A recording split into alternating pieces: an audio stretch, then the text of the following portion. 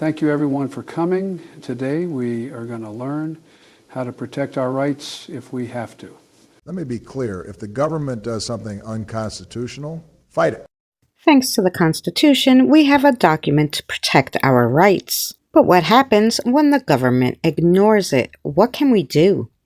In the United States, citizens have numerous legal avenues to express dissent and work towards changing government actions and policies. Here are some key ways we the people can legally go against the government. The First Amendment protects your right to assemble and express views through peaceful protest in public spaces like streets, sidewalks, and parks. You have the right to express your opinion even if it's unpopular and criticize government officials without fear of retaliation. You can formally request action from government officials or organizations through petitions. Share your opinion during public hearings or other public forums where government decisions are discussed.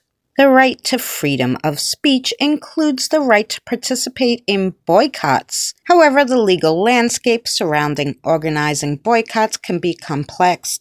Engage in the political process. Vote. Elect representatives who align with your ideals and work to get them elected.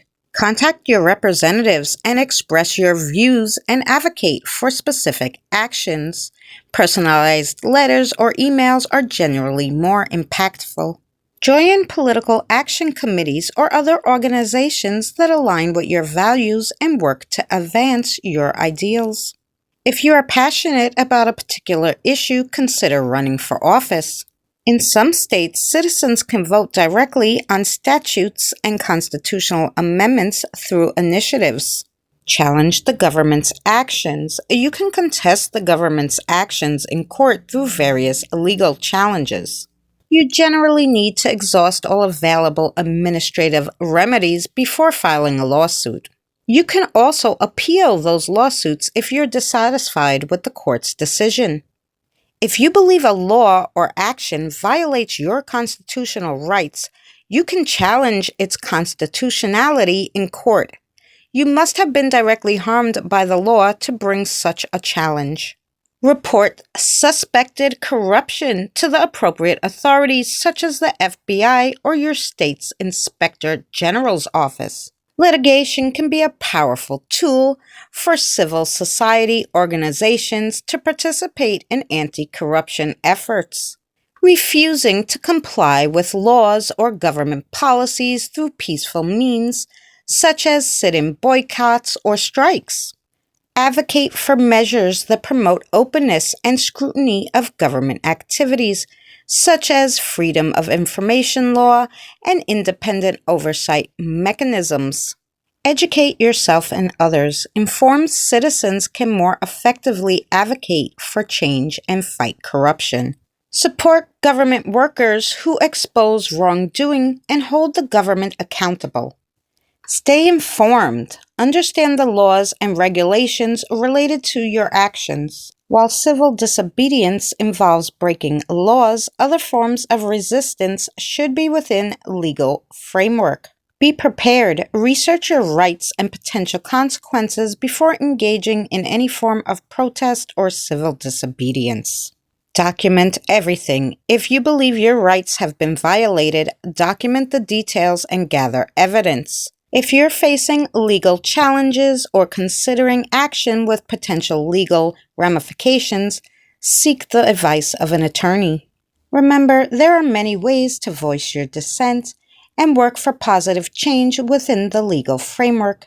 By engaging in these activities, citizens can hold their government accountable and assure it serves the best interests of its people.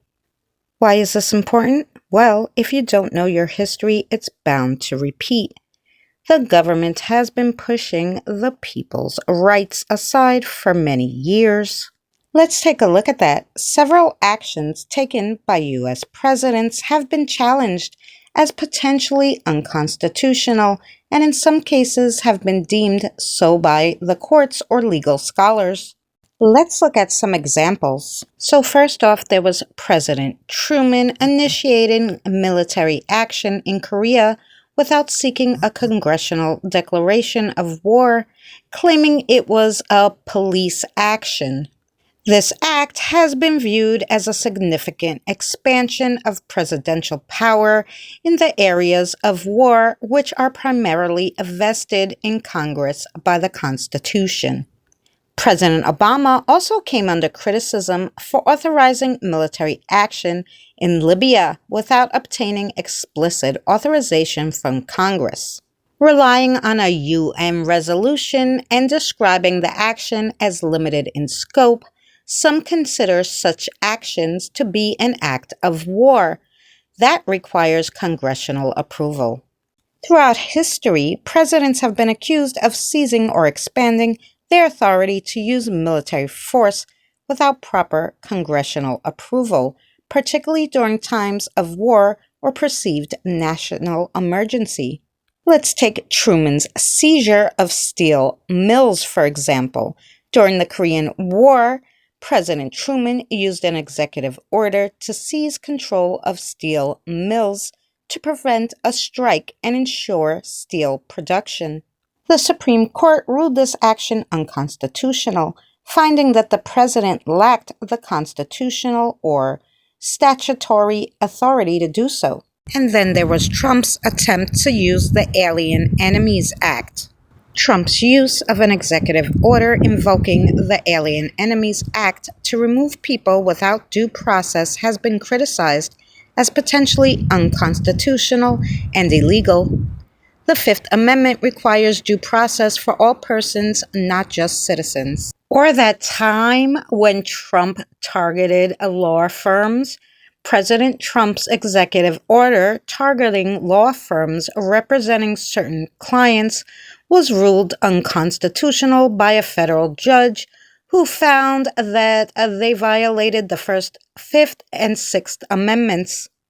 What about that time that Lincoln, during the Civil War, suspended habeas corpus and authorized military trials of civilians, actions considered by some to be constitutionally dubious? Never mind Roosevelt's internment of Japanese Americans.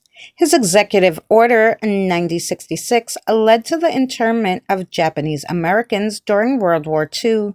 This action has been widely criticized as a violation of civil liberties and due process. And look at all the presidents who had concerns raised throughout history about the abuse of surveillance powers.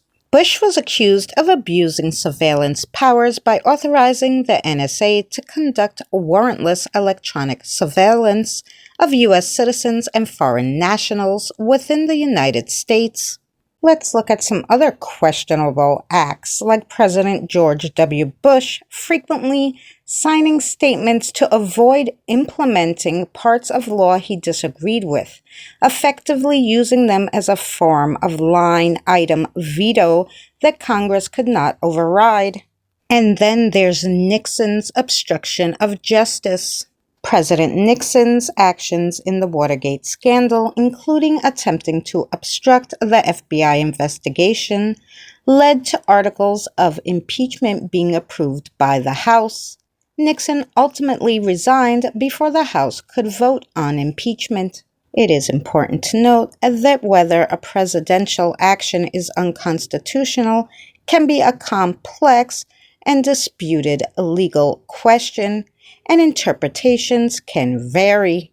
Some actions that are considered unconstitutional by legal scholars or specific groups may not have been formally ruled unconstitutional by the courts or have faced formal impeachment and removal proceedings.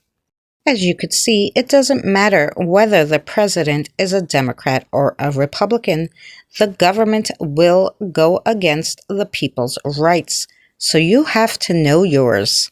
You also have to fight to keep those rights intact. So go vote, and don't vote for a party. Vote for the person best for the United States.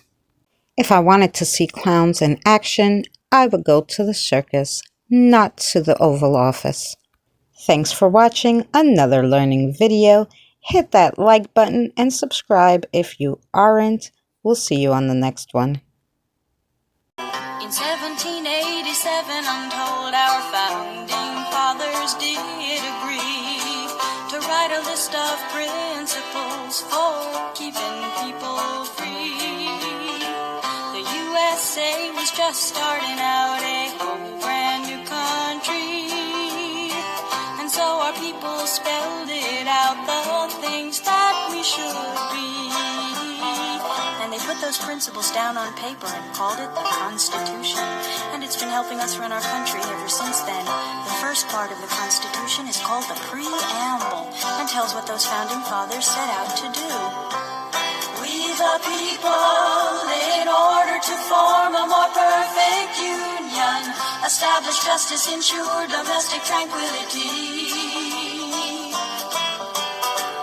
provide for the common defense, promote the general welfare, and secure the blessings of liberty to ourselves and our posterity.